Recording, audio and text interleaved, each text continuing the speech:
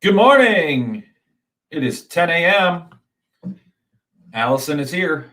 I'm assuming with her water. Wonder if Jill is here with her coffee. All right. Well, I just heard a car. It's 10 a.m. It is Tuesday. We have just wrapped up our Art of Neighboring series. I hope you were blessed and encouraged by it, and maybe even challenged. I personally was challenged about it, and hopefully, I think you were challenged, not in a bad way, but just to live out the great commandment in a more practical sense. I hope that was an encouragement to you, encouraged you to it, and exhortation, so to speak. If you've taken up that exhortation and you have stories to share, I would love to hear about them. I would love to hear what God's doing as He's worked in your heart and how He's worked in your relationship with your neighbors as you've taken it about. By way of announcements, men's breakfast is Saturday. Guys, I need you to sign up. Ladies, if your guy's going to come, make sure he's signed up. So that way we're going to bring in some food. It's probably McDonald's this time. But yeah, we're going to have to bring in some food. And then I don't think there's anything else announcement-wise. If there is, sure you'll figure it out. Oh, we're starting First Peter on Sunday. Hopefully you've started reading through it so you can be prepared. You could actually read through it every day this week and read the whole book. It doesn't take very long. It's like 15 minutes to read the whole book. You could read it every day this week and then be really prepared for the summer series. So I'm looking forward to it. I think it'll be really good to get into an epistle and just be encouraged to be faithful in the midst of a hostile world, what it's like to be away from home, away from heaven, away from the New Jerusalem. So I hope you will do that. And then I hope to see you soon on that. What I wanted to talk about today was actually a bit of a personal reflection I've been doing lately. I've been spending a lot of time reflecting on the issue of providence and what providence can really impact, or how it can impact our faith on a daily basis. How can providence impact and change our daily perspectives? How can we rest in it? Actually, John Piper has a new book on providence, and that it's a beast. It is 700 and, well, the general index is in the 720s. It's like 700 pages. Yep. And I'm on page 63. What page should I say?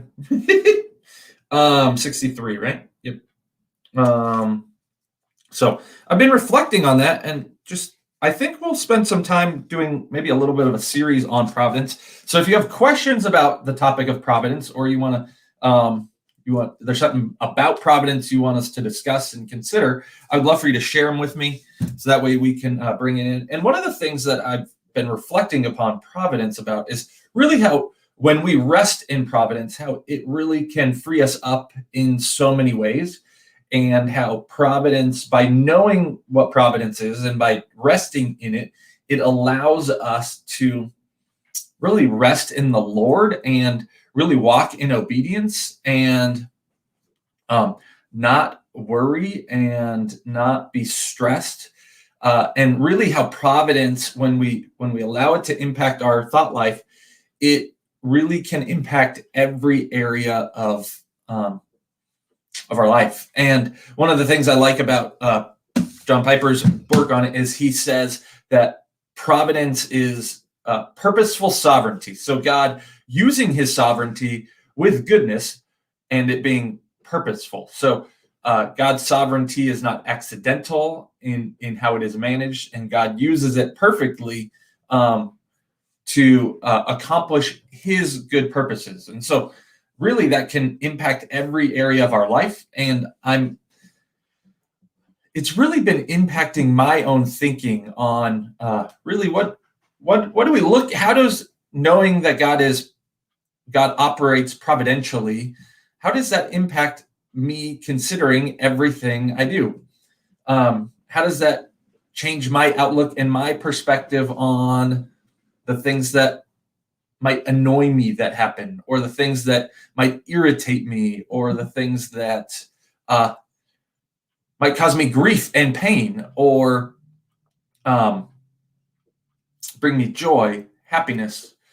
What does it look like when I have an unfulfilled want? What does it look like when I have a desire for something that goes unfulfilled? What does it look like when I get a flat tire? What does it look like when you get in a car accident? All these things, any number of things can really, if we look at them through the lens of providence, can have a radically different perspective than what we might see in the world. So I'm hoping we'll spend some time on that and we'll consider it. I've actually been reading another book on chance and the sovereignty of God. So what does it look like for there to be things that we would perceive as chance? And what does it look like to know that God is sovereign, and yet there are things that we perceive as happening by chance? So that's been a really beneficial read for me as well. And one of the things he talks about in there is how Christians can look at disaster through a lens of God's sovereignty. So we might spend a handful of weeks considering that too. What does disaster look like in light of God's sovereignty and purpose and providence? So I hope you look forward to that. I hope it would be a blessing to you. I don't really have anything else. If you have questions or thoughts on it, I would love for you to share them with me. If you're up for some heavy lifting, I would commend this book to you already. In it, it's got some stuff that's piqued my thinking. One of the things he talks about in here is how when we say the sun rises and the sun sets, we say it rises once every day and it sets once every day. And he points out that that's actually not true. And that's what I love about Piper, is he just writes in such a way that makes me want to worship God and be astounded by God's glory and magnificence and beauty and grandeur all the more. He talks about there are infinite sunrises and sunsets every day because the world is spherical. And so it is just constantly happening. There is a sunrise and a sunset occurring right now as we speak. We're not experiencing it, but God is. And yet God is doing that purely because of his joy and beauty. It blows your mind. So, I